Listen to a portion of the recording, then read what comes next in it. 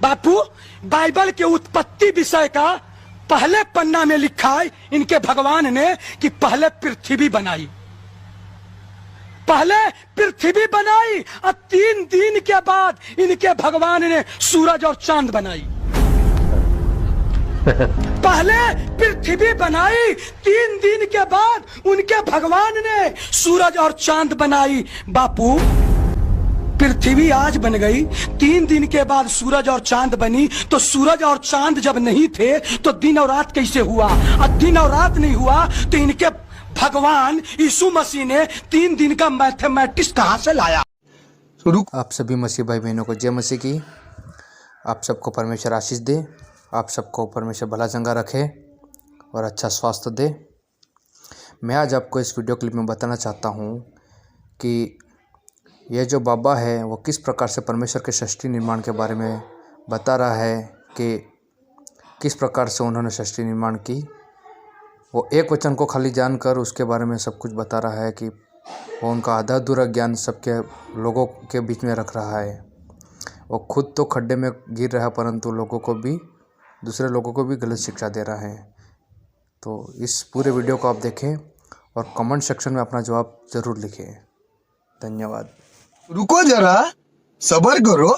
मैंने ऐसे बहुत से मूर्ख लोगों को देखा है बात करते कि जब परमेश्वर ने सूर्य चंद्रमा को बनाया, हाँ, इतने दिन बाद, तो इतने दिन रोशनी कैसे होती रही?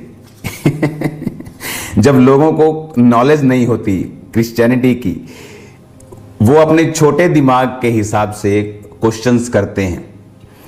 और जब वो छोटे दिमाग के हिसाब, क्योंकि उनको ये मालूम नहीं होता कि चौथे दिन बाइबल कहती है परमेश्वर ने रात को दिन से अलग करने के लिए ज्योतियां बनाई।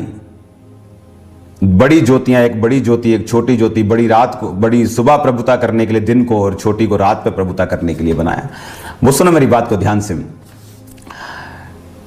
जब परमेश्वर धरती को बना रहा था, आपको क्या लगता है कि परमेश्वर कोई इंसान था कि एक इंसान किसी चीज को बना रहा है?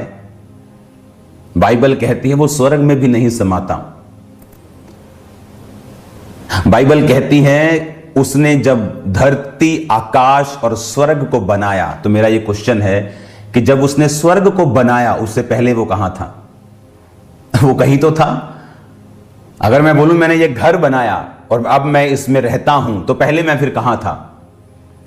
वो इतना बड़ा है परमेश्वर कि उसको लाइटों की जरूरत नहीं है, वो खुद रोशनी था जब वो बना रहा था। उसके फेस पे बाइबल कहती है इतनी रोशनी है कि इंसान अगर उसे देख ले तो फट जाएगा, ब्लो कर जाएगा, वो फट जाएगा। इसलिए परमेश्वर ने मूसा से कहा था अगर तुम मुझे सामने से देख ले तो तू मर जाएगा। जब परमेश्वर सब कुछ बना रहा था 3 दिन, तो उसके फेस की रोशनी सूर्य से भी ज्यादा है। सूर्य परमेश्वर के सामने ये जो देख रहे हो ना, छोटा सा गोल सा, ये इससे भी छोटा होगा परमेश्वर के सामने। बच्चे खेलते हैं ना छोटे छोटी गोलियों से, वो है परमेश्वर के सामने सूर्य। तो बोल रहा था कि परमेश्वर, तो अब वो लाइट कहां से आई? अरे जब परमेश्वर इतनी बड़ी धरती को बना रहा था, जब ये धरती, अगर आप साइंस के स्टूडेंट हैं तो आप यूट्यूब पे अगर देखेंगे, धरती उससे बड़ा, ग्रह उससे बड़ा, सूर्य से भी लाखों करोड़ों गुना, मतलब धरती एक जमीन के कण, मिट्टी के कण की तरह आपको नजर आएगी अगर आप पूरे उस यूनिवर्स को देखेंगे। अरे जिसने उस यूनिवर्स को बनाया वो कितना बड़ा होगा? और जब वो बना रहा था, आपको क्या लगता है? वो बाइबल कहती है गॉड इज लाइट, खुदा रोशनी है। रोशनी जब बना रही थी तो उसको रोशनी की जरूरत नहीं है।